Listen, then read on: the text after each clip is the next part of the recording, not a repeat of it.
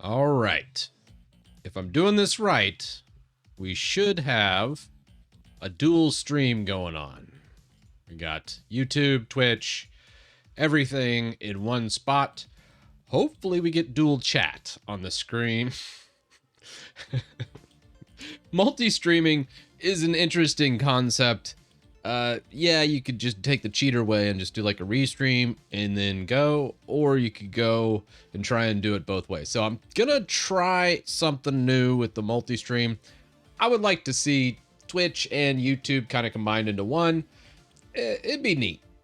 A lot of people, some people love Twitch. I like it personally. If I'm looking at a streamer, I like Twitch more, but I know some people don't. So I'm gonna try YouTube and Twitch at the same time. We'll see. I might just miss all of YouTube chat. We'll see if it pops up on the screen or not. But the purpose of today's stream is Windows 22H2. This guy right here is what we need, and we're gonna go into it. So, all right, cool. YouTube is on the screen. Sweet. That is exactly what I needed. I didn't know if that would pop up or not. Well, good to have YouTube and Twitch all in the same spot. It's exactly what I wanted. So, 24H2 is coming out, I think, summertime, but it was released in the Dev Canary channel. And if you've never done the Dev or Canary channel, you should never. So I envy you out there that have never tried Dev or Canary. By no means should you ever click this button right here and sign up for the Windows Insider program unless you hate yourself. Since I hate myself, we're going to do that. We're going to get started with this. Oh no, you got to do the Microsoft account? Really? 1 second.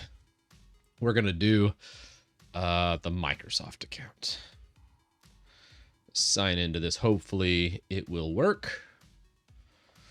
Oh, man. Docker on Android phone. That's a weird one. All right. Right now I'm just signing in. If I can remember what my Microsoft account is. Oh, geez. Let's see. I'll pull up my screen here in a second once I finish signing into this thing. I promise. If I can remember my Microsoft sign in. I should just dox myself already. I usually do it at least once a week. Does that work?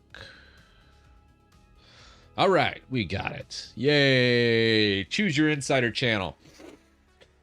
Oh man, yeah, I did make a couple videos about cubes. If you're interested, Mel. I think it's a playlist on YouTube. Now, Canary channels for highly technical users or people that hate themselves. Dev channel, pretty much the same way. We'll try the Dev channel first. I really hate the Canary channel. Things break all the time in the Canary channel. They are not fun to deal with. But I do want to try 24H2. So let's try the Dev channel first. If you ever do Insider, why I say you must hate yourself is because you can never go back. Meaning there's no undo button. There is no, hey, take me to the release preview or the release channel or the stable version. It is nuke and pave.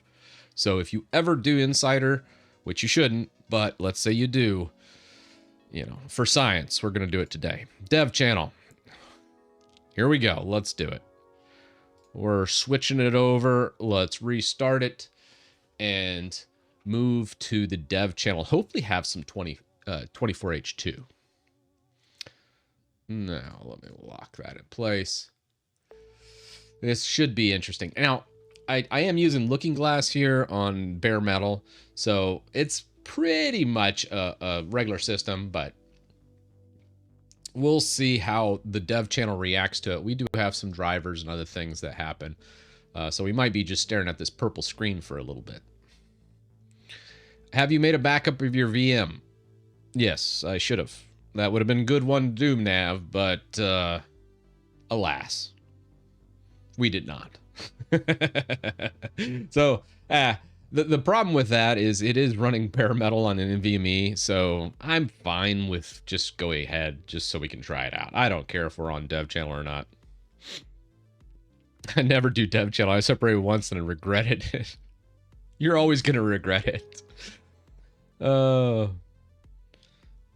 Imagine using an even buggier version of Windows 11. That is what we're doing. Insider preview channels are for the just unstable people out there that want to try and see the new versions, and YouTubers trying to make a 24H2 video like myself. But I did make a little bit of an article on this. We should be able to explore all the features of 24H2, and then you can kind of see what probably will make it into the release version that you all will see here in a couple months. ZFS snapshot. Oh, that would have been smart. I need to set that up. I think I actually want to explore a project on Windows that instead of using NTFS, it wraps the NTFS into a BetterFS file system, and then you can actually have the real-time snapshots, which would be great. Or ZFS, which would be fine as well. Does Looking Glass work with virtual machines from Proxmox? No. Looking Glass is like it copies the frame buffers of the actual graphics card directly into from the VM directly into your one. So you see how I'm on Windows right here? I'm also on Linux. So I can sit here, do my Linux stuff, and then come right back over into my Windows instance and like not miss a beat. I could be playing a game right here and go, oh, let me look at that, and then come right back. That's the whole benefit of Looking Glass with like PCI pass-through. It is totally a pain in the butt to set up, but very fun, very cool. Kind of like my way of, I love using a computer like this because it's a zero compromise system. I get all the benefits of Windows, none of the drawbacks, and I get all the benefits of Linux with none of the drawbacks. So I can easily swap between all of them. And I love it. So that's kind of why I do this. Now, let's see what we're on. Then the easiest way to check your Windows version is in your start run, WinVer, like that. And we're on 23H2. So now that we're on the dev channel, probably just an update, should take us to 24H2. Let's go Windows Update. Let's check for those updates. And we should be able to pull down the new one. ButterFS. BetterFS. BTFS. Or is it BTRFS? I don't know anymore. BTFS is pretty much what it is. Yes, so we got our insider preview getting pulled down. We got our wonderful security intelligence update. Oh, God. And then an update stack package. Oh, I get asked a lot. When is a good time to update Windows? And how it's done in business is a lot different than how most residential home users update their Windows. Somewhere along the lines, everyone's drilled into people's heads, everyone should update, which is good. And in most instances, that philosophy is a decent one. However, when it comes to Windows, updating is sometimes just the worst thing you could possibly do. Especially like, let's say you have something working, it's a Windows 10 build, and everything's perfect. Should you update to the latest version? Absolutely not. Feature updates are way different from security updates. So if you're stuck in this situation, one thing I highly recommend is coming into here, and I built this into my thing. This only works for professional users or Windows 10 professional users, but we're going to launch the toolbox real fast. And I want to make this more readily available for the home users out there. But updates right here, the update tab, well, maybe, there it goes.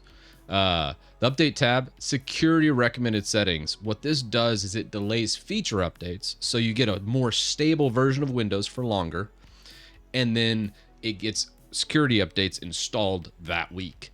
So Patch Tuesday is what it's called for Microsoft. That's when they release most of their patches. You never want to patch right when they release patches because Microsoft does not have a quality control anymore. back 10 years ago, they used to have quality control and testers. They don't anymore. So you never want to actually patch on Tuesday. So never update your Windows on Tuesday. Always update your Windows on a Saturday. So by default, this changes your updates and delays everything by 4 days. So it pushes it to Saturday, then update. This is the most stable way of updating Windows so you have the best experience. Highly recommend doing this if you're a Windows professional user. Home users is a little trickier. You can still kind of do it. Obviously, the toolbox won't do this for you, but what you need to do for a home user would be Policy Plus. It's an open source project, and you can do like group policies and kind of set that up yourself as well. So kind of a cool way to do it. Can I update from home to pro for cheap? That's a good one, Lovro. I would say when it comes down to it, I would... Oh, it's a little bit difficult to explain, but yes, with a asterisk next to it. You can buy keys online. I don't recommend any key site out there. And if you do that, make sure you do like PayPal or something that you could easily dispute the charge. Because there's a lot of these key sites are just not that good and not very reliable. A lot of them are resale keys, but you could get like a pro license for like 20 bucks. And chances are it's going to work for a very long time. So that's kind of what it is. Feels weird watching Chris on YouTube. Yeah, I wanted to try multi-streaming. So this is actually the first multi-streaming. So if something's going wrong, you guys will have to let me know in chat. Because some people don't like Twitch. Some people only like YouTube. I'm like, sure. I don't make any money really off of streaming. So I can broadcast to both and then just unlist this after on YouTube. It's a little bit more of a meh. A little bit more of a headache to deal with, but that's okay. I'm all right with that. I got my key for $3 on eBay. Yeah, there's ways to get cheap keys, but are they reliable? Sometimes. Again, PayPal. What's your opinion on the MAS scripts? Clumsy, can you be a little bit more specific on the MAS scripts? I am drawing a blank. MAS scripts. What is that? Are they ethical? Maybe. Do you still recommend Debian for a WSL2 distro? Yeah, Debian's solid, man. Debian, you can't go wrong with. You have, it's one of the, probably my main pick for a lot of business or stable environments, or if I'm doing like a server in the background or a headless machine, it's always Debian. Is that a beer? Oh God, you guys are thinking less of me. It's liquid death. Murder your thirst. It's expensive water in a can. It tricks my mind into drinking water. That's all I care about. It's Windows water. Oh, man. Yeah, we'll see how long this release update takes. It shouldn't take that long. Here, let me pull up... can we pull up this side by side? Oh, since this is run window management, don't worry. I still got to do a video on the window manager. Here, we'll just launch a terminal.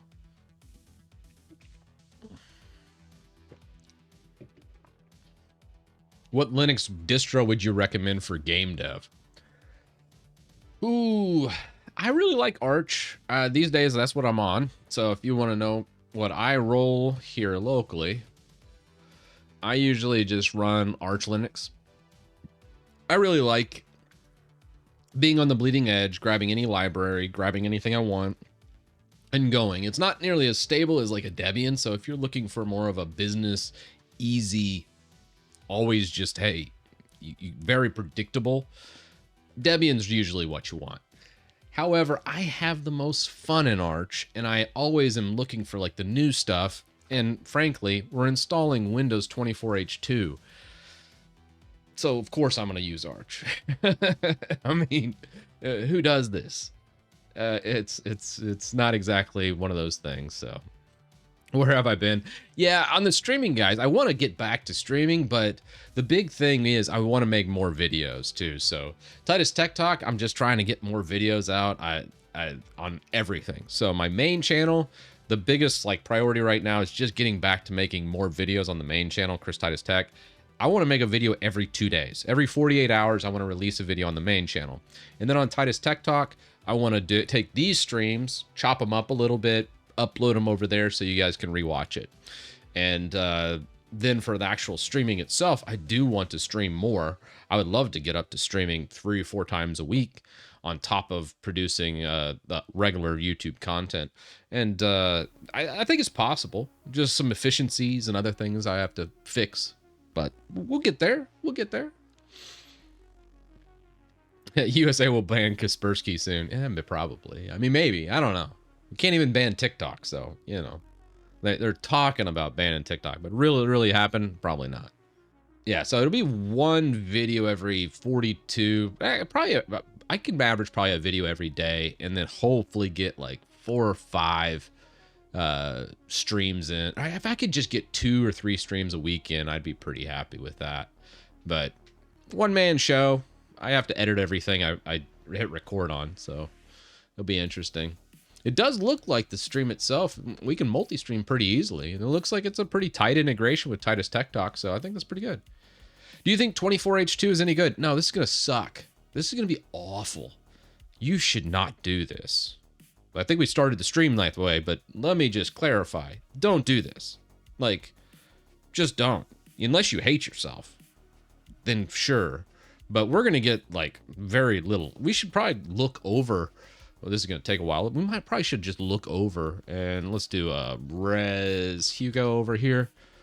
Let's just look at, what do we got?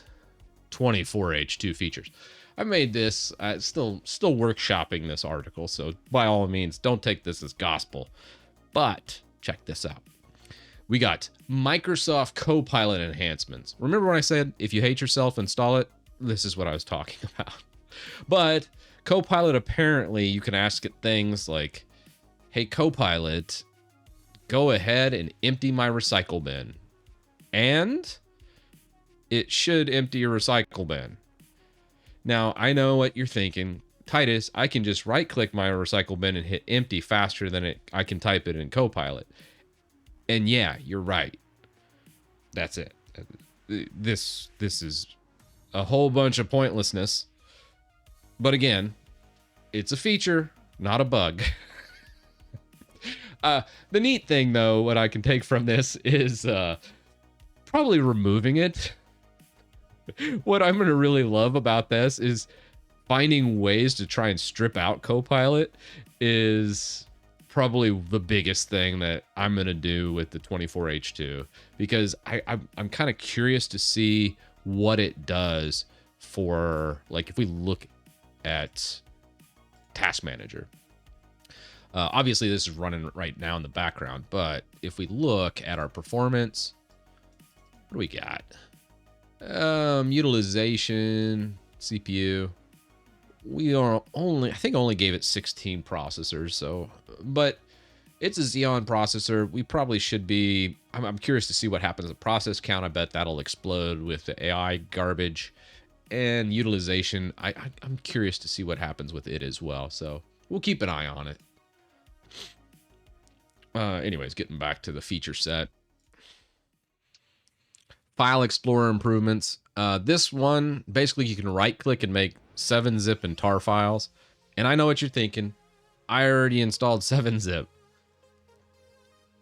Again, I agree. But now you can do it natively. Does it matter to you? No. So no, doesn't matter. Probably worse. No, it's kind of cool, but no one really cares. Quick settings panel updates. Probably the biggest thing here is a refresh button with Wi-Fi. So when we click Wi-Fi, you may not know this, but all the versions of Windows right now in existence are bugged, meaning the Wi-Fi doesn't update real time at all. You have to actually close out of your side panel, reopen it to see new the wireless Wi-Fi list refresh to get new networks and such. They added a refresh button so you can do it without closing the side panel and reopening. Big advancements. Phone link enhancements. So if you actually sync up your Android phone to phone link in Windows, I just threw up in my mouth a little bit just saying all this. There's new enhancements. I don't think we're going to explore that. Voice clarity. Oh, this is the scariest of all. You guys are afraid of the AI in 24H2. This is something I am not looking forward to at all. They're adding basically background noise rejection, AI powered. It's just like NVIDIA Broadcast or OBS's noise removal, but built into the actual sound engine in Windows. It's scary because, man, that's going to screw up my whole workflow whenever this gets pushed to the masses. Probably like a couple years from now, I'll have to worry about it on my production machine. Energy saver mode. I really hated Windows 10 and Windows 11. I still use like power.cpl if you're unfamiliar. So let's say you're in Windows, you could just go power, let's see, power.cpl. No, that's not the, oh, maybe I have to do it from a run prompt. Let me see. Power.cpl. Oh, no. Oh, maybe it was power CFG. No, that wasn't it. Nah, yeah. Power CPL. That's right. Power CFG CPL. Anyhow, this right here, let's take this and put it to, actually, let's put it to workspace 3. Yeah. So this is, sorry for the flashbang, but this is kind of how I still do it. Windows 7 mode, I still do Power CFG and then just turn it to ultimate performance for my desktop. Obviously, don't do this for your laptop. That's a bad idea. But that's kind of how I manage power in old Windows. Let's see, what else we got? Oh, Microsoft Teams integration. So, all right, we got that. Probably the biggest things here that everyone's going to like from 24H2, you can now use sudo in Windows. So let's say you launch regular terminal, you could use sudo to elevate the command you're going to run. How cool is that? That's probably the biggest thing, the best thing introduced in 24H2 is that, followed by, and this is more of a bug fix than an actual feature, Microsoft's Teams integration. I know it sounds bad, but what they're talking about here is they now are unifying the clients to now have work and school and personal use all use the same binary, meaning you don't have multiple versions of Microsoft Teams. Anybody in business that's had to deal with Teams, which we do, it sucks because you're like, oh no, you installed the wrong version of Teams. And there's actually 4 different versions of Teams right now. Okay. I kid you not. This is how Microsoft does it. There's Teams in the Microsoft Store. There's Teams that is an executable that gets installed through like program files. And then there's Teams for business, basically, or work and school. In that Teams, there's a Microsoft Store client. And then there's the binary, that the executable you can download and install there too. So there's actually 4 versions of Teams right now. So I believe this is going to get consolidated down to 2 versions. It'll be nicer. Still sucks. I still hate Teams, but at least it's improvement. Yeah. So that's kind of where we're at. Sudo for Windows, great. Microsoft Teams integration, this is actually a good thing. Just less programs that sysadmins have to take care of. And honestly, it's way less confusing for end users. And then general improvements. This is, there's some, let's see, modern offline installation interface. This is kind of scary. They probably are baking more of the Microsoft account in, which is kind of hilarious. I think Elon Musk just had a tweet where he was like, I can't install Windows without a Microsoft account. I was like, that was pretty funny. But there's a lot of ways to get around that for the offline. You could do like bypass NRO from a command line to actually bypass a lot of new user registration if there wasn't like a domain join or a work option. You might run into that in like Windows Home editions. But for the most part, you should never have to do a Microsoft account if you don't want to. So I'm kind of curious to see what we'll have there. We might tinker around with that. Driver install, new button for Wi-Fi, set up during driver installation. So I think that's just like connecting to a Wi-Fi network during install, which I would never recommend anyways. Just saying. That's not a good idea because you really don't want to update your setup program. You just want to install Windows and then update after. It never goes well when you do the actual update the setup program and then install Windows. Just don't ever do that. And then they actually do some cleanup. They actually do some debloat. You heard it here first. Microsoft is debloating Windows. Can you believe it? They're removing the Cortana app. About damn time. The Mail app, the Calendar app, the Maps app, the People app, the Movies and TV app, and WordPad. That's pretty big W. That's actually a good thing. How about that? They of course bloated up Windows a little bit, but at least someone up there, it's actually happening. They're removing some of the crap that, my script honestly removes anyways. So that's kind of cool. I know some people are like, man, WordPad's been around since like the 95 days, I want to say. But come on, nobody uses WordPad anymore. It shouldn't be there. It should just get removed. Just use, you can use anything. Notepad++, probably the biggest alternative, I'd say. Or, some people use Microsoft Suite. I'm more of a, Notepad++ guy. If I'm looking for something just super basic, I would never use WordPad anyway. So all good things. Yeah, just integrate Notepad++. 100% agree with that. Let's see here. Taskbar and printing enhancements, Wi-Fi icon action, new task manager icon, and Wi-Fi protected print mode. It's probably just going to make printing harder. We'll see. I hate to be the Debbie Downer here. And then finally, USB 80 gigabit per second support. Damn, USB 4 is going to be coming along this year. You heard it here first. USB 4 with 80 gigabit per second. Good Lord. That's pretty fast.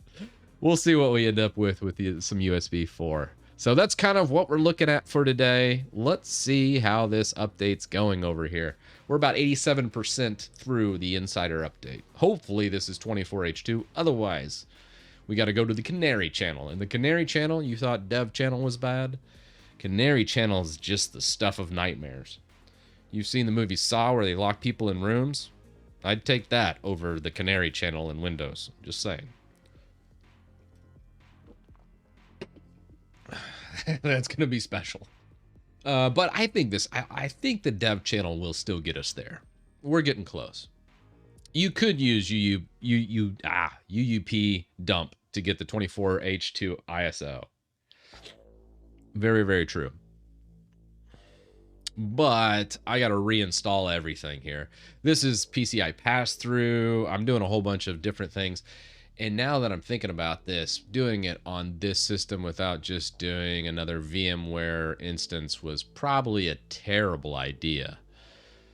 Ah, that was just so dumb. I should have just created a whole new instance using a 24H2 ISO. That would have been the smart thing to do. But, oh well, we're here. Let's get it. We're just going to have to roll the dice. Hopefully this didn't screw us up too bad. Probably did, though. That's okay. Do you still use NeoVim in Windows as well? Yeah. It depends on what it is. If it's just like a one-off file edit, I still like NeoVim a lot. And it just depends on the navigation. But I still use VS Code a lot too. Actually, if you look, you can kind of see where I'm at with my GitHub profile page. I kind of changed a few things around here. Anytime I'm coding and stuff, you can kind of see the split between my editors right here. And if you can't see, let me enhance. Here's my editing. You can kind of see roughly, I think I've only had this operational for a couple months, so timing's not the best, but you can kind of see the different programs that I've pulled up and edited over the past couple months. And VS Code is edging out NeoVim with 51% usage. And I want to say I'm about 50% on Windows, 50% on Linux. It just depends on the day, depends on the project. Some things are better, some things are worse. And that's kind of where I'm at on editing. Now, take it with a grain of salt. Like I said, it just depends on what's faster for me. Sometimes NeoVim is, sometimes it's not. So, it's a kind of neat little thing. And I've been working on my GitHub a little bit. Probably need to visit that again at the end of the week. I still need to produce 2 more videos this week, though. And then we can mess around and have fun. Yeah, the WinUtil streams should be coming up soon. I want to hopefully get one in later this week, because I do have some pull requests and some other things I need to take care of in WinUtil. The big thing, too, I just did a video today over Windows drivers.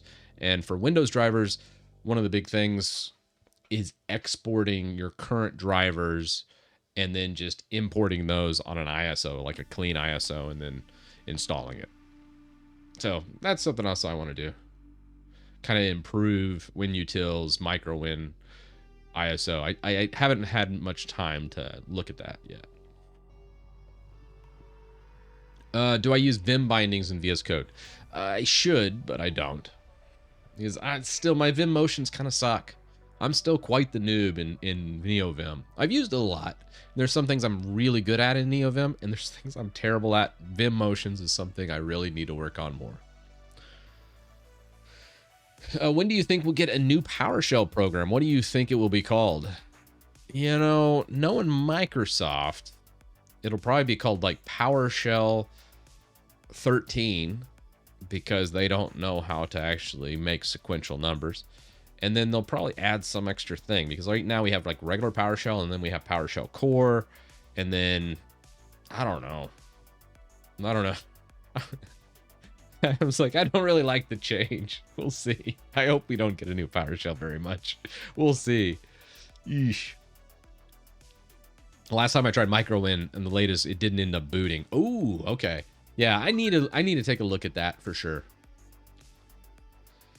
Yeah, MicroWin, we're going to have to make some time for probably, hopefully at the end of this week, but probably next week at the latest. What's your opinion of JetBrains software? JetBrains is good. You know, a lot of people use JetBrains. I don't personally. Now, I think I even mentioned it in a video. IntelliJ, which is probably one that I've seen used a lot more than probably JetBrains. I want to say, yeah, developed by JetBrains is IntelliJ. That's right. Yeah, I've seen this a lot for Bash coding in a professional setting. A lot of Bash programmers that do it for a living use IntelliJ with like the Bash plugin, and also some of the. Again, I'm not a professional coder by any means. I'm just have friends that are. So take what I'm saying with a grain of salt, as again, I'm more of on the infrastructure side of things and more of the back end to make sure that coders can do their job properly.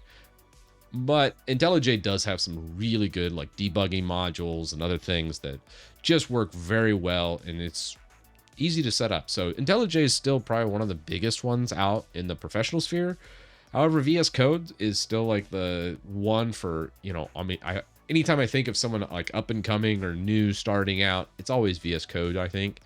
And then NeoVim, you know, you got your rock stars out there like the Primogen that is just, I don't even know how he does the things he does in NeoVim. It's amazing. Now, I do have a video coming up on a new editor that I thought was really interesting. Do I have it installed? No, I don't. Let's see. We can probably install it real fast.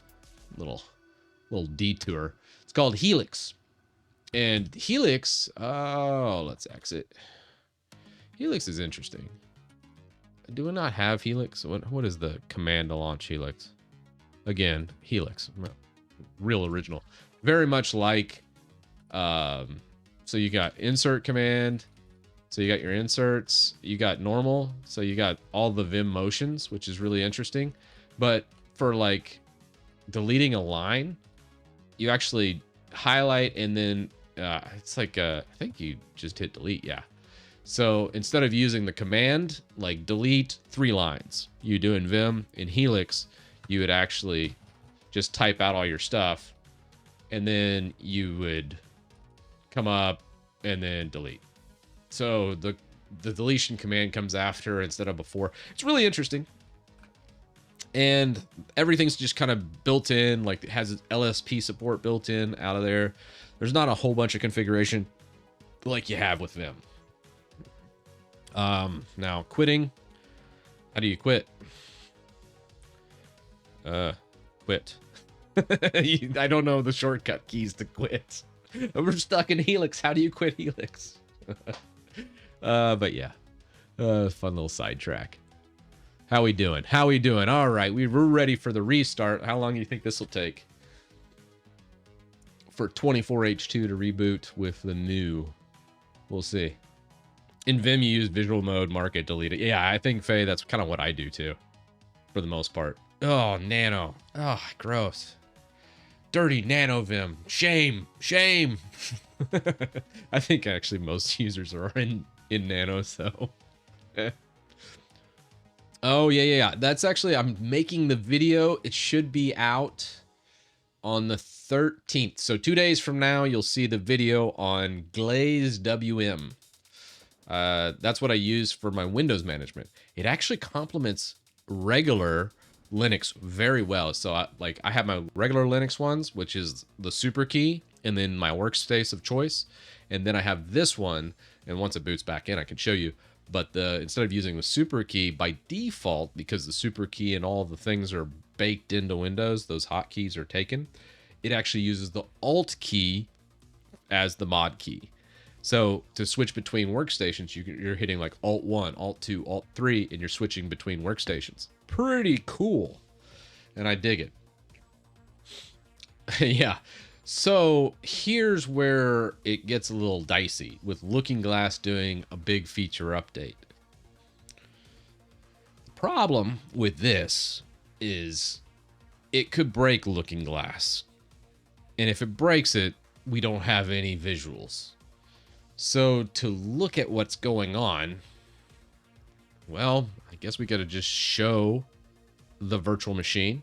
So we have this. Let's open it.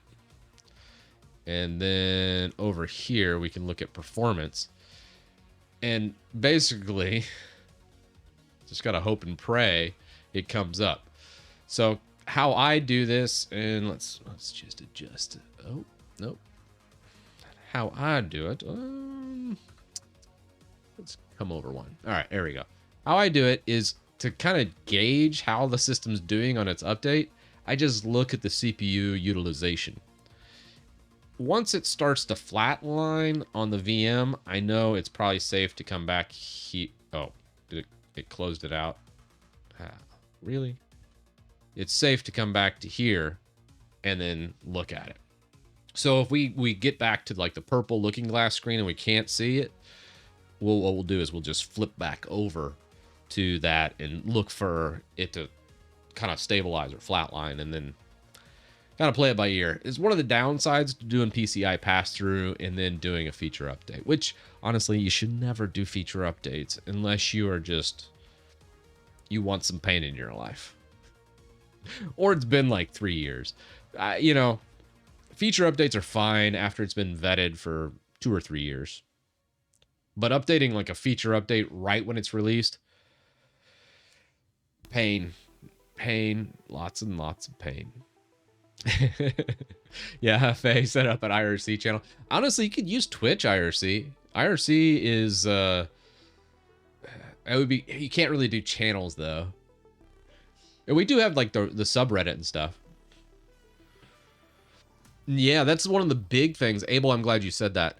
Windows 11 LTSC, the first release is going to happen this year. That's going to be amazing. I highly recommend you use that. If you have the option to use it and you have the licensing to take advantage of Windows 11 LTSC, that's what you're going to want to use. It will be awesome. I don't say that much about any Microsoft product, but LTSC, I'm a huge fan. Can I completely cut off internet access from software? Well, are you on Windows or are you on Linux? I really like using UFW on Linux. So let's say I was making a black box where hypothetically I was using it for downloading, well, let's just say like torrents or something like that. Something that maybe I don't want any kind of external traffic or DNS leakage or anything like that. So I create a black box, and using UFW, you can set up a whole bunch of rules to just deny all outbound traffic. And then what you do is you set up your VPN that you'd use in like a system D service. And then from that system D service, you would basically, it would establish a tunnel, or ton 0 is usually what it's called. And then you allow all traffic from ton 0. So it blocks everything by default. But then as soon as the VPN tunnel connects, you're good, and it'll start communicating traffic. So that's a great way of blocking all traffic, just using UFW, and that's a good way of like making an allow list that allows some traffic through. On Windows, I did a video a long time ago, but it was called Simple Wall. It's actually a pretty good way of just shutting down all internet access from things that you don't like. And if you're unfamiliar what Windows is doing, no, let's just do it. Let's show it. Let's show it. This is a fun one. Actually, nope, I didn't mean to do that. Let's go launch into here. Actually, you know what? I think I have it on my toolbox, do I not? Let's launch our PowerShell. Let's first try WinVer. 24H2, look at that, dev channel, thank goodness. Oh my God, that would have been sad. So let's go sudo irm christitus.com. Let's try out the sudo command. Is sudo? Cannot run. Oh, I don't think it has sudo. Let's go. Yeah, maybe not. Okay, well, it's the idea that counts. Let's just go the old-fashioned way. We'll just launch it as admin. Anywho, pay no attention to that. This update is fantastic. The one thing I was looking forward to in the update doesn't work. Microsoft, you stay classy. All right, let's see.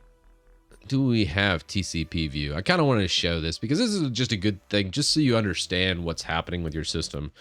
And also, you know, a lot of people like trust, like download or pay money for some kind of security software. Don't be that guy. Just learn how to look at it yourself. And that way you don't have to put your trust in some company or some YouTuber. You can just look and figure it out. Let's go TCP view and install TCP view. That should give me what I need. Perfect. All right, great. So we added TCP view. We might need to relaunch. No, we don't. Yay. So now you can kind of see, hey, what's going on here? What's actually communicating on this system? And you can flip through and look at what's actually sitting out. Like Steam's currently doing stuff. We have type VNC, which I use to connect locally. And you can kind of see, hey, what all's happening with all these different helpers, what's it connecting to, and you can kind of go, why is that program grabbing an internet port? And then you can use like something like Simple Wall to block it. Very good. Oh, I need to look at WizTerm. That's a good one too. It's a really, really solid one to look at. What else do we have on 22H2? 24H2. Okay. Oh, we got to try Copilot. All right, Copilot. Did I already break it? Let's see. I don't even think I have Copilot, do I? All right, taskbar. These are all things I don't really use, so let's see. We got that. So we got the Copilot down here in the lower right. We click it. Just a moment. Copilot's loading. Oh, I feel like I need to take a shower after doing this. All right, ask me anything. Empty recycle. Empty recycle bin. All right, great. So we'll tab that over in Windows. Yes. Tab that over. Here we go. Enter. Okay. Let's see what we got. Do you want me to open it? Okay, yes. It opened up control.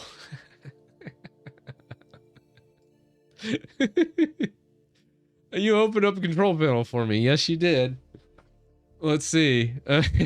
It's classic Windows. Okay.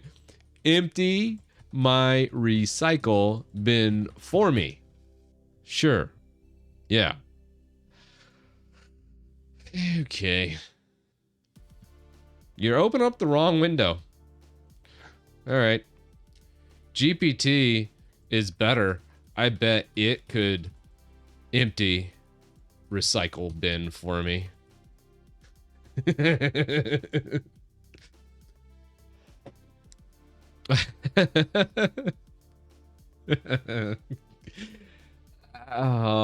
Yeah. Control panel doesn't have recycle bin. Where did you learn? Why did you think? Let's see. Why did you think it does? Let's see if we can't train it. I apologize for the confusion. You're absolutely right. Control panel itself does not contain recycle bin. Let me rectify that. Right click the empty area of your desktop. Click personalize. And then click on themes. Scroll down to reload settings. Choose desktop icon settings. Check the recycle bin option. Okay. Let's see. Desktop settings. Where's that at? Is that not okay? Themes. Okay. Alt tab. All right. Let's see. Themes. Okay. Can icon desktop settings. Okay. It does have recycle bin here. Perfectly. That's checked. Okay. Great. So with that done, click apply and then okay. Now you should see the recycle bin on your desktop. And honestly, if I was showing icons on my desktop, I would. So it's not necessarily wrong. Well, in my instance, it is wrong, but for most people, it won't be. You'd launch this, you'd hit desktop, and then you'd see recycle bin. Oh, well. Oh, did I remove it? I might have removed it. Okay. Let's ask it again. Let's ask Copilot again. Good night. There isn't a desktop. Wait, I can't really say that. Let's just show all my desktop icons. Yes, recycle bin's there. Empty. Yes, okay. Learn more about this picture. I don't think I want to. What is it?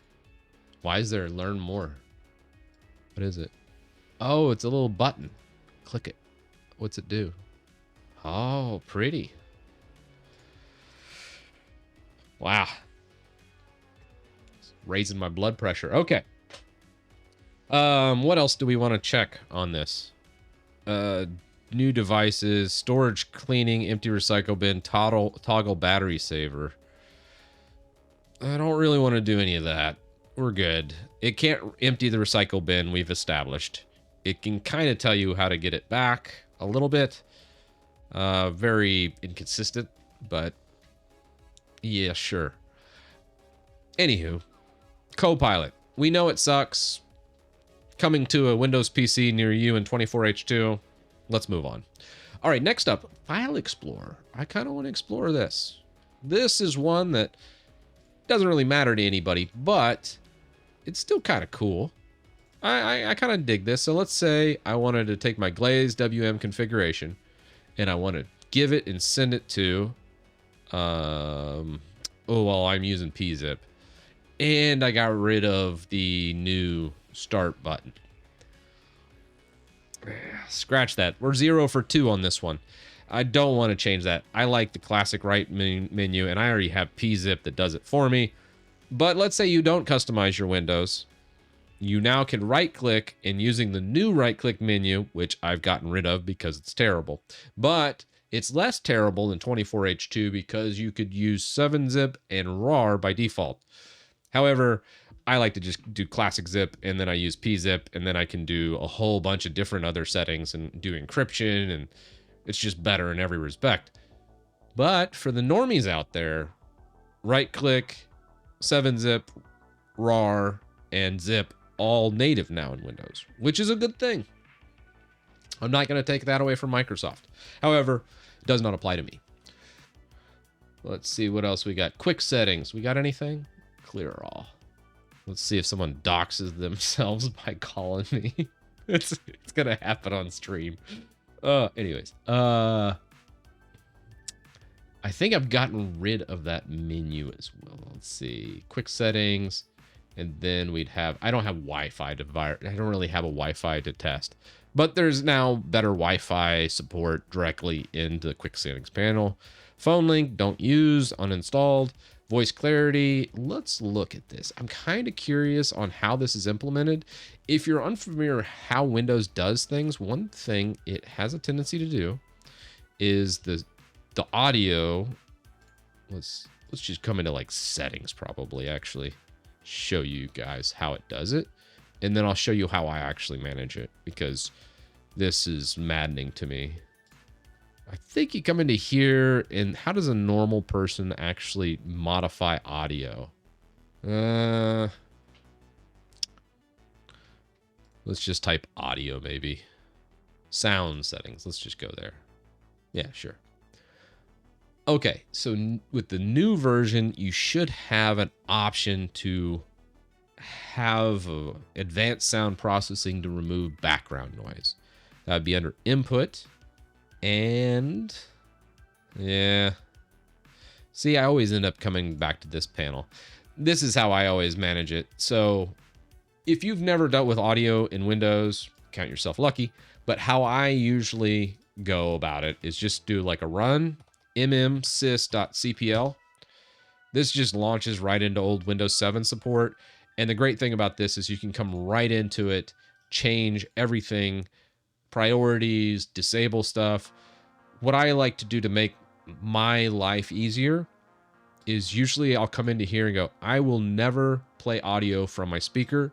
Right click, disable. This removes it from all settings. It can never play out of your monitor. And if you never want to play speakers, sound from your audio, just disable it. And then it removes the setting completely and nothing can ever mess with it. So that's kind of how I like to do it for just sound and playback. Now, as far as this new feature, I doubt they updated the old things. And it doesn't look like any of this has changed.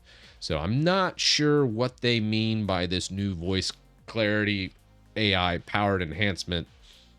Kind of wild. Yeah, I made a video, if you're interested in WinUtil getting flagged from antivirus companies. Check out that video. Kind of go into why that happens. I've done a lot better and taken out like self-elevation and other things, so it shouldn't get flagged as much. But inevitably, you have to do code signing with Smart Screen Filter to bypass a lot of things. And since everything changes quite often in the PowerShell script, it's just not viable. Now, if I was making an executable and then closed sourcing it or selling it on the aftermarket, that would be a little bit easier to bypass all antivirus and making sure it doesn't get flagged. But in the current open source nature of it, it's just one of those Windows things we got to deal with. Advise me on the best way to deep scan a computer. Probably Transcript. If you're unfamiliar, Transcript's great. If you're worried about, do I have a virus on my computer? Transcript from Reddit. I know it looks janky as heck, but it does a good job. It does Sophos, it does Malwarebytes, all of your stuff. It does a pretty good job of sweeping an entire system and cleaning it up. I highly recommend Transcript. Even to the day, I need to probably updo. I made a video specifically over this like 3 years ago now, I think 3 or 4 years ago. It definitely needs an update, but it has like 2 million views, and Transcript still recommended. It's still a valid video. I probably need to redo it just because I can do a lot better job with my production, be a little more concise and clear. But Tron is still solid. It uses a whole bunch of different scanners, and it does a great job of removing all viruses from a computer. Alrighty. So we've got that. Teams, we can't really check. General improvements. Did it remove Cortana post-install? I guess let's see. All apps. I think I pretty much did this, actually. Oh, can you get rid of, like, Get Started? Or Get Help? No. It still has Microsoft Teams Work in School here. So to get the new unified Teams app, you probably are going to need to uninstall and reinstall it, probably. Yeah. Such is life. Such is the story of every Windows user out there. Ooh, what's this Windows backup? That looks new. Back up your PC. Okay. Back it up. Oh. So this backs it up to the cloud. Oof. Don't know if we want that. Okay. I backed up my settings. Didn't get my credentials. Whew. Dodged a bullet there. Folders. Open up OneDrive. Did it reinstall OneDrive? Oh, no, it didn't. Okay. I had to write an entire script in removing OneDrive and moving all your OneDrive files to like the proper versions and then reassociating like desktop with your user folder / desktop. If you're unaware, Microsoft likes to have OneDrive built into it, and then it goes ahead and reassociates your documents, your desktop, to your user folder, OneDrive, desktop, user folder, OneDrive, documents. Bonkers. Just total bonkers. But anyways, if you run my script and remove OneDrive through it, it runs that whole script, copies everything to its proper folder, reassociates everything. I make sure to not delete OneDrive just in case there's someone out there that's using OneDrive and it would delete those things. So it will copy and make copies of everything from your documents and desktop when you remove OneDrive using my script. But you can safely delete that folder at your convenience once you completely have removed OneDrive from your system. I just didn't want to make sure that if someone canceled halfway, they wouldn't have like some of the documents over here, some of them over there. So a little bit of cleanup, maybe make a prompt so someone knows that in the future. So this is 24H2. It's about like every other Windows update out. Don't recommend doing it. You don't really get anything. Just more shenanigans. And I don't really see too much wrong with it yet. There's some issues. I am looking forward to being able to just launch this and just going sudo and then launching into something like Notepad. And being able to open up that as sudo would be kind of cool. But the sudo command apparently is not there yet. Yeah, it was like the one thing I was looking forward to. Oh, check your alias. Well, you shouldn't have to do an alias. That's the thing with the new version update. If you look, sudo for Windows on 24H2 should be baked in. The alias should be there by default. Oh, did I do it? Oh, I did an alias. I broke it. Yeah. Yes, you are correct. I broke it. Let's see. Vim profile, probably. Did I do a sudo? Look at that. I did an alias. Thanks for calling me out. Chat to the rescue again. Maybe I did it. Sudo notepad. Oh, look at that. All right, cool. I'm actually excited for something on an update for once. It's been a while since I've actually gotten excited on an update. We're gonna get it. Developer settings. And then is there sudo? Enable sudo right here. Yes.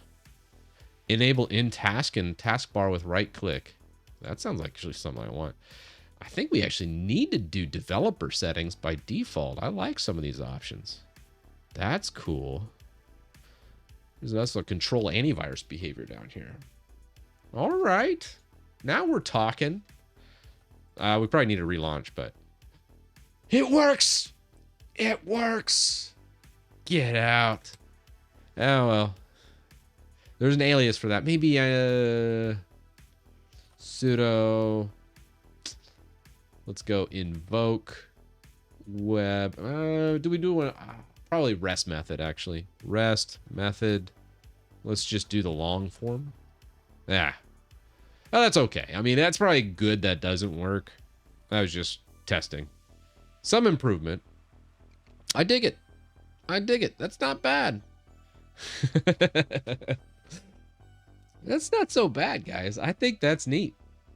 Well, PowerShell should. The sudo command doesn't work in tandem with some of the like the basic PowerShell commands. It looks like it doesn't look like IRM. We could try like sudo. Like IRM doesn't work. Sudo. Let's try and invoke web request maybe. IWR. Nah. Invoke web request. Nah. So I guess sudo doesn't work with some stuff. I think it only works with like elevating a certain executable. It doesn't look like PowerShell commands is in its bag, which could be a security vulnerability. So I kind of understand it, but at the same time, you have to go to developer options anyways. You kind of want to do that.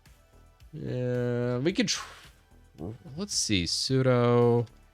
Let's see, maybe we can, there might be an option. Maybe it's a toggle. Pass the current environment variables to the command. That might be an option. What if we try that? Sudo -e and then like an IRM? No. Doesn't like that. Now you could just do sudo in PowerShell. So do something like that. I mean, that's an option. Not my first favorite, but hey. So in that same neck, you could go like sudo PowerShell IRM christitus.com/win. Probably could just do something like that, probably. Yeah, in theory it would work. Yeah, the command and then do that. Yeah. I agree, AH. So if we want to pipe that whole thing, we probably should do it in brackets. Otherwise, it's gonna exclude the pipe command. So this should actually launch the toolbox just fine. A little slow, but it gets the job done. Yeah, it's cool. I like it. Sudo command, best thing coming to it. Frankly, though, if you want the sudo command instead of updating to 24H2, what I would do, let me show you. I would probably, actually, let's go. We never did check to see what the settings were here. What are we looking at with all this extra garbage? Ugh. Yeah, bloated us up by about 40 some odd processes. Yeah, it's typical feature update garbage. We could probably rerun it. I guess we could try the toolbox on 24H2, see what happens. Let's remove the Copilot command. Yeah. No need for that in the bottom. We don't want any of those shenanigans. And let's just launch the toolbox, run our script, see how it does on just normal tweaks on 24H2. See if anything breaks. I imagine it wouldn't. Let's go just desktop.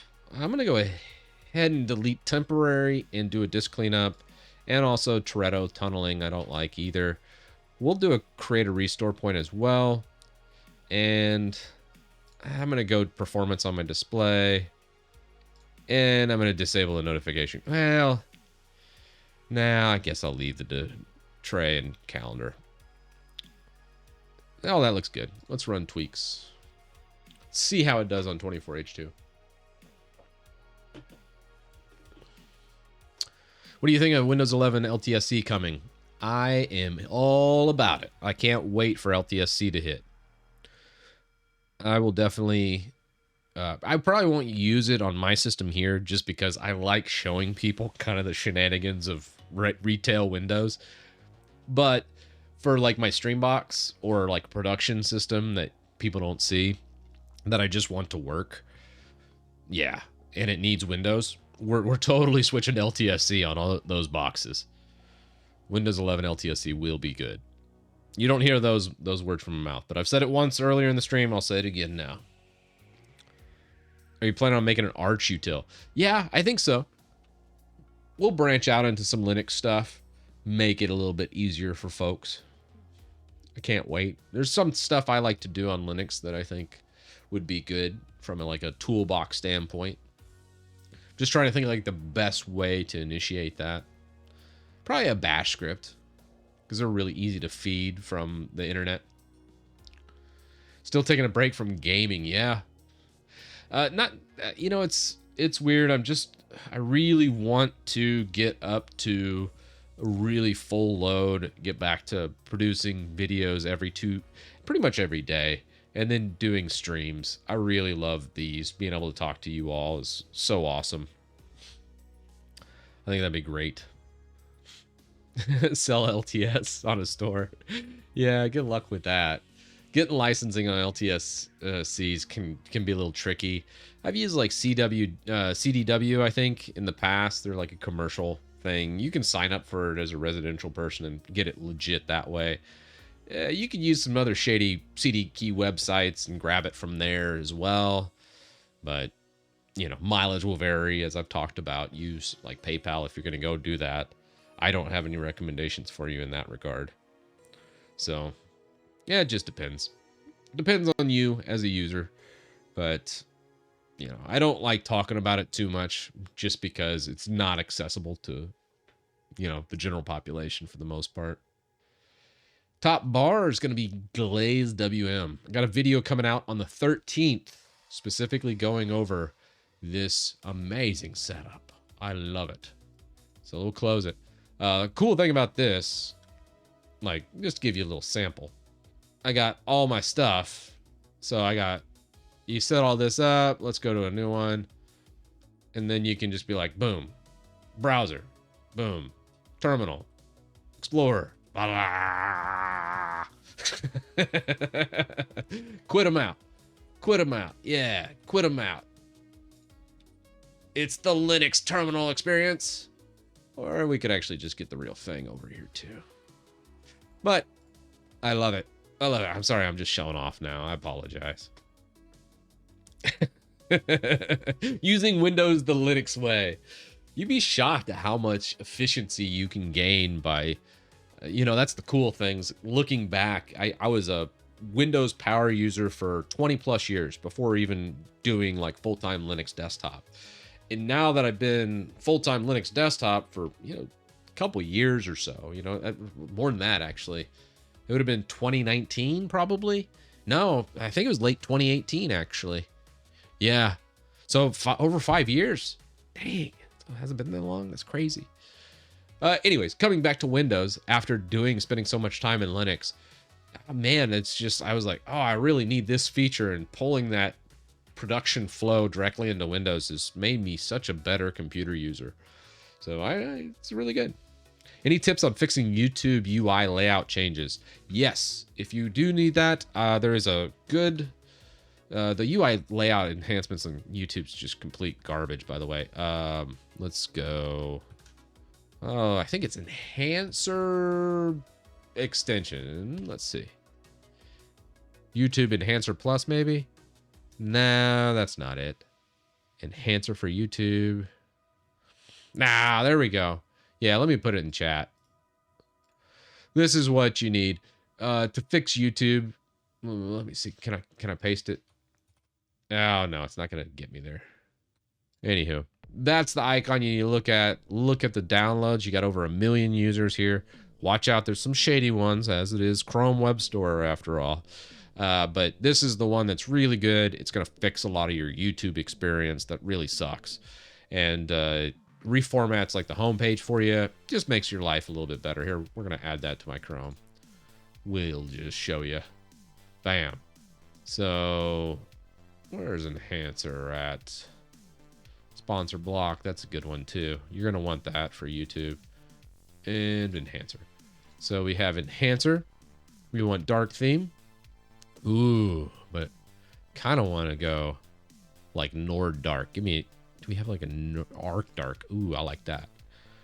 You can do keyboard shortcuts. You could actually add extra player controls directly to your thing.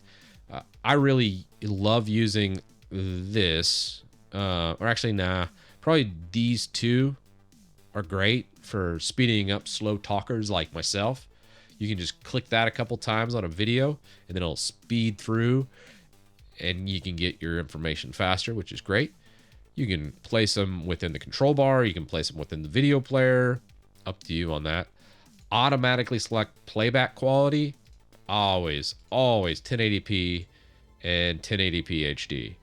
Bugs me that they do that, but hey, that's just how it is. I just switch it everywhere. And you could, if let's say you have like a 1440p screen, I'd probably would select this and then upscale it to 1440p if like that's what your normal is. And default speeds, yes. Default volume. Disable autoplay. I usually enable that option. Force use of standard frame rates instead of high frame rates. I don't know. It doesn't really matter to me on that. Force use of MP4 format and AVC codecs instead of web. I don't really mess with that either. And I think that's about it. Those are the big things I like. Appearance, automatic video filters, and automatically hide cards and end screens. I don't really like to see those. I never click on them. I never actually put them on my videos anymore. I used to all the time, but not anymore. So that's kind of cool. Automatically enabled theater mode. So if you don't like to read like the stuff on the side of the screen, I highly recommend theater mode. It's just a better experience, I think. I don't recommend expanding the video player automatically. Theater mode's usually a pretty good experience, I think, by default. Hide comments, hide chat, hide related videos, hide shorts. You're going to want to check that one, unless you're a dirty shorts watcher. Although I was tempted to kind of mess around on a new channel about shorts and just go crazy, because I think like Pirate Software has done such an amazing job. Like he blew up from YouTube Shorts. The guy's a genius though, so there's that. Yeah, no, I'm just saying. He was gonna blow up anyways, but I think Shorts made it happen a little bit sooner than I was expecting. It was just like a vertical wall for him, which is great. Automatically enable cinema mode if you want. It kind of dims everything. You see how it kind of does this effect? If you like that, that's fine. I'm not a huge fan, so I'm not going to do that. And then you got custom scripts and you can back up all your settings. So having enabled that, let's go to YouTube and we'll just go to my channel. And look at that. Look at that cool theme. Yes. Beautiful. Love it. We just talked about removing viruses. This was from 4 years ago with 2 million views. Let's see what you got, Chris. In this video, I'm going to be showing you how to remove any virus, and not only remove it, but do a better job than Look at that. If you took it and paid a professional 2 minutes and 38 to seconds. fix your computer. Gosh, I need to make a comment. Oh, this is back when I had an intro. Now, having said all that, there's Video one starts type at of virus 2:39. as we go. All right. Okay, to start off, we're going to the Tron script Reddit. Okay, that's Download it. great. Please note the sequence Speed of up. operations it's going to do. Oh, is prep, adding that speed up clean, option would deload, probably have been disinfect, clutch. repair, patch, I would have and liked that. optimize, and then does a wrap up where it deletes anything it has downloaded during the script's operation. It is incredibly powerful, and I'm going to Babyface Titus, look at that. Tell you what each part is doing and see what we get. So we'll go ahead in the script, all these things. So it will run for regular for the first time. Third, right. I really do need to redo this video now that I look at it. Now notice you can't add extensions on this. Let's say you only wanted to do one, the prep. It's disabling a lot of services, creating a restore point. It All right. kill to kill any. Cool. Anywho, that's the gist of the enhancer. If you're on YouTube, how do you live your life without it? Let's look at our homepage. What do we got on here at the homepage? Oh, look, we're live. We got 107. Wow, we got 175 people watching me live on YouTube. I did not know. Welcome. First time doing it on Titus Tech Talk in a long, long time. I think I tried it a couple times before, but this time looks pretty good. Let's see. You got this. This looks pretty good. Do we have any? Let's see, what else have I been watching? What's on my stream? You guys can see my browsing habits. Anything embarrassing? Oh, Drummeo's pretty cool. I like that. They play these professional drummers for the first time. There's some, it's worth checking out. We've got Dr. K over here. I really like him. He's a cool dude. And I've been trying to get more into racing and running a little bit. Got the Primogen. He's all over the place. Good dude. And Voidzilla and Coffeezilla. Oh, no. Oh, this guy's pretty funny, too. If you're into working out at all, that guy's hilarious. Watching him rip into, like, Hollywood trainers and stuff. He's like, oh, please don't work out like this. Adam Savage, solid. Oh, Josh Strife, the best gamer YouTuber out there. I love Josh Strife.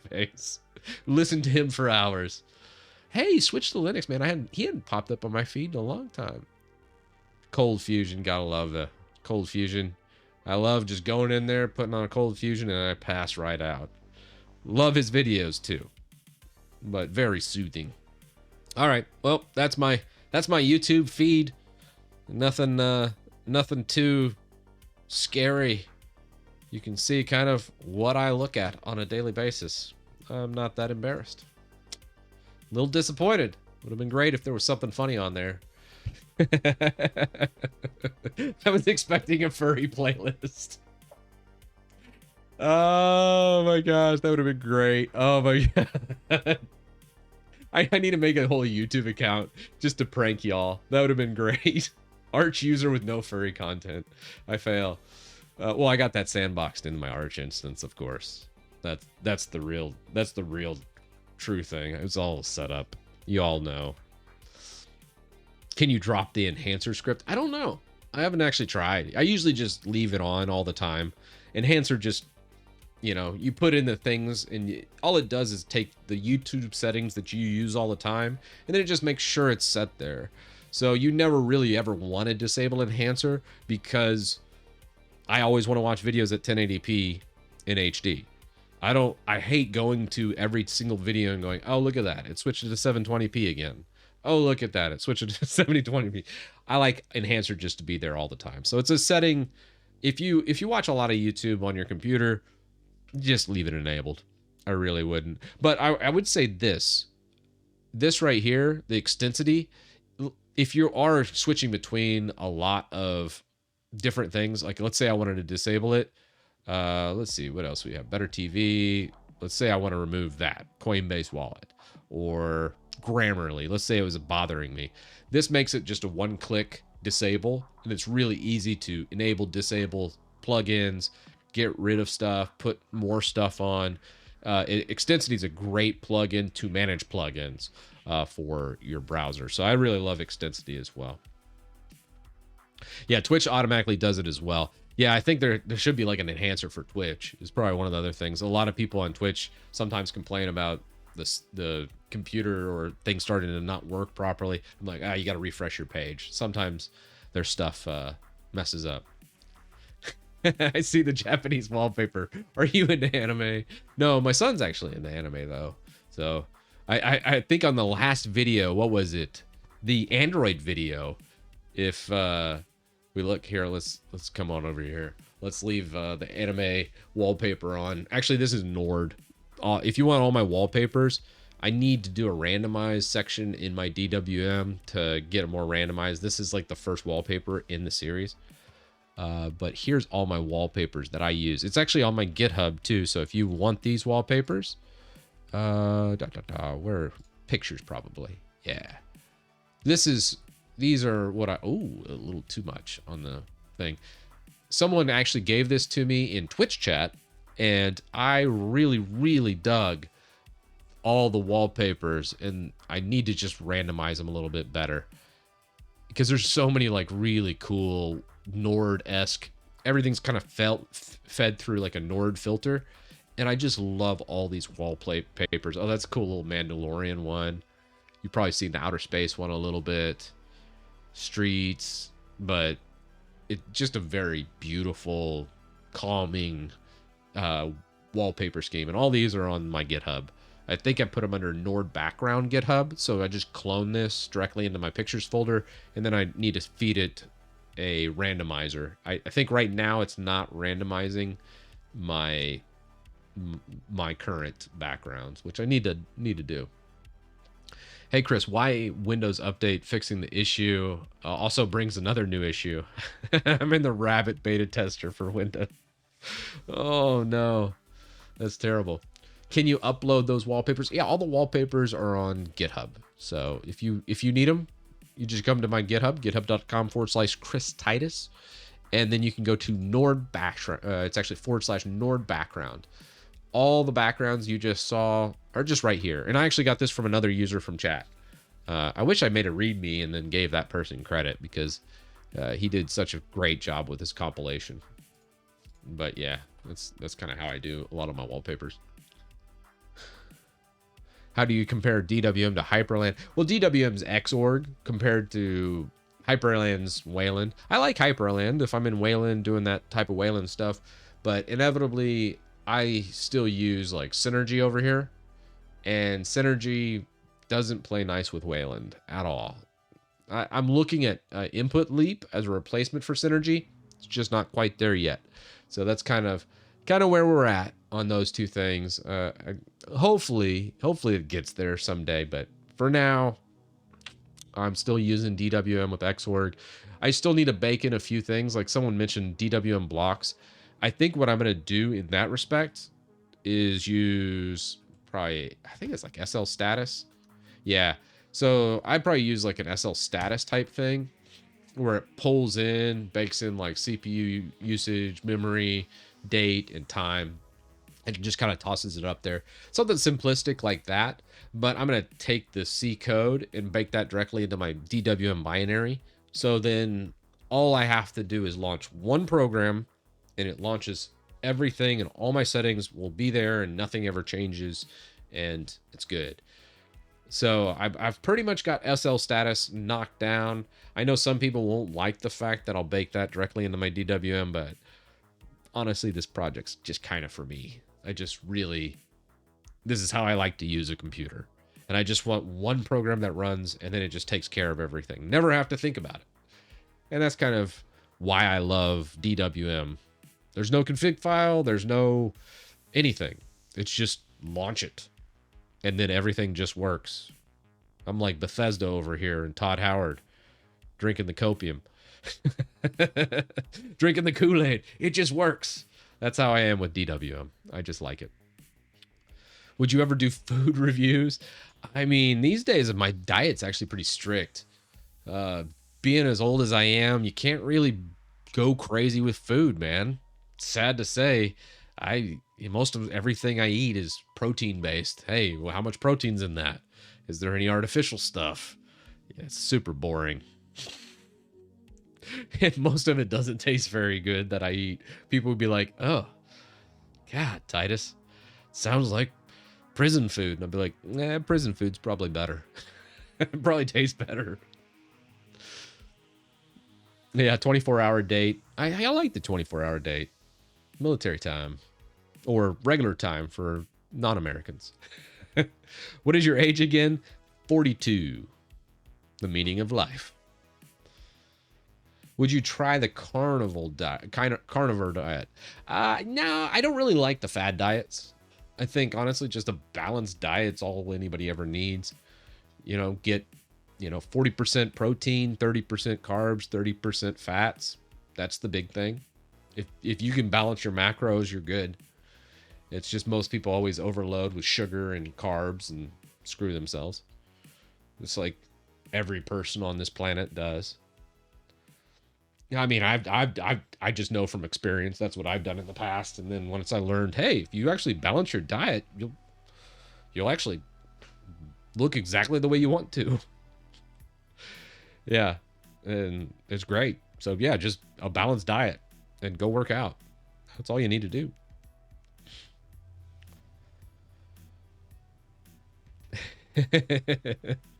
Oh man. Yeah, I've heard the carnivore diet for some people is like life-changing. Like they just eat the meat and then that's it. They don't have any carbs or fats and stuff like that. But I think a good balanced diet with healthy carbs and things like that is good. Like avoiding fruit and things like that for keto sounds crazy to me. And that's where I think the fad diet kind of fails or falls on its face. To have a really good balanced diet, that's the big thing. And yeah, I don't think going like full carnivore or keto or any of that really does anything for you in that regard. Balance is everything. Thanos agrees. Oh man, yeah. I honestly added sugar. People overcomplicate it and like, hey, what do I need to do? I'm like, honestly, if you want, if everyone just follows this, you'll look exactly the way it is. The healthiest advice you can do is remove added sugar from your diet. I know that means no soda. It means not anything with added sugar. If it's added sugar, it's bad. So if it has a bunch of added sugar, you shouldn't drink it. You shouldn't eat it. So that's pretty simple. That's like rule number 1. Also means all your alcohols are gone. So it means you can't drink alcohol. I know I'm already starting to lose people, but that's just the first rule. My second rule is every meal has to have protein, at least 10 grams or more. So if I sit down to have a snack or something for lunch or dinner or breakfast, it has to have at least 10 grams of protein. That's my rules. That's the diet. This is the tightest diet. That's the life hack. No added sugars and protein with every single time I sit and have food. If you do that, dude, I'm telling you, you'll lose weight, you'll look better, you'll feel better, you'll have more energy, you know, you'll punch through walls, you'll fly like Superman. It's amazing. But sugar is so delicious. Truer words can never be said. And yeah, and people screw that up too. Like they'll take coffee and then just dump a bunch of sugar in it. I'm like, well, if you got to dump a bunch of sugar in it to drink coffee, you probably shouldn't drink coffee then. You know, at that point, just go pound a Celsius or something. I say this from personal experience because that is exactly what I've done. Yeah. Instead of added sugar, you could do MSG. Yeah. I mean, it works for like Japan and that. You know, there's pretty good. This is the diet of a Windows user. Or make better coffee. Yeah. No alcohol. Yeah, beer is not okay. Beer is just... Ugh, don't get me started. Pretty much all alcohol is bad. Because it spikes your insulin. Makes you pack on the pounds down here. That's what sugar does to you. And honestly, like artificial sweeteners. So the person like just pounding down like Diet Cokes and that type of thing, it's hard to lose that gut because it spikes your insulin regardless. Yes, you're not ingesting a lot more calories, but the insulin spike makes it to where you can't process fat and a lot of other things. It's just a whole different thing. I've gone down a rabbit hole. I know most people don't care about this, so you know. But if you follow it to its letter and just cut out the sugar and go crazy with protein, dude, you'd be shocked at how good you feel. Sugar-free express as a no-go. Yeah, fair. You're making an argument for keto. Yeah, I mean, but some carbs are good. Like, I don't want to make people afraid of carbs, you know? Like a banana has carbs, but you need those carbs. So it's good. A bag of chips is terrible. There's no protein in it, and you're just taking a whole bunch of processed carbs that aren't good. I think they call them simple carbs or whatever it is, or complex carbs, whatever. I'm not a food person. I just figured out what works for me to get lean and be able to work out a bunch. Yeah, I think for protein, I aim for 200 grams a day.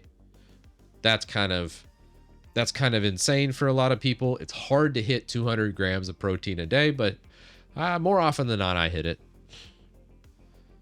And, you know, a lot of people are like, well, God, are you just pounding down chicken and steak and all this other stuff? Most of it actually, I get a lot of protein from like yogurt with a little bit of protein powder and like protein granola. And I actually can get quite a bit of protein per sitting, even on a snack. Opinion of trans fats. I think all trans fats are pretty bad. I mean, you look at what has trans fats and you're like, eesh, that can be bad. But I don't want to scare people off. I think the biggest lie that we've ever been told, I don't know how this turned into a health stream. I apologize to everybody watching, but sure, let's do this. Fat is good for you. Carbs can be good for you, and protein is very good for you. You need all three of them. You need protein, you need carbs, and you need fat. That's what makes energy in your body.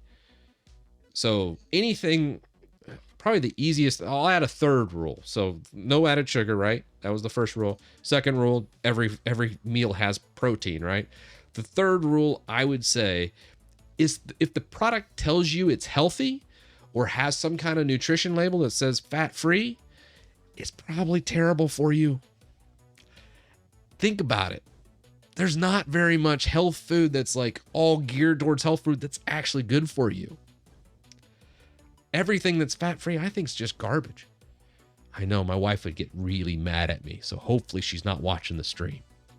But I think it's crap. I honestly think, hey, if it has to tell you it's healthy, it's probably not healthy. Yeah. And that's kind of where I'm at. As a, you know, in the 90s coming up, we were told like, God, fat free was such a huge thing. But the big thing you got to remember is you got to look at your macro tables and like think of that. Like for me, my optimal macros are 40% protein, 30% fat, 30% carbs. And I look at those grams and how many I can ingest of each. And if you can fit there, I have to get the fat, I have to get those carbs, and I have to get the protein. The protein's the hardest to get. Carbs are the easiest to get, but fats can be a tricky one too. And you got to make sure you work in fats. If you cut out all the fat in your body, you're going to feel like crap. So you kind of need everything, and you have to balance it. Like Thanos said.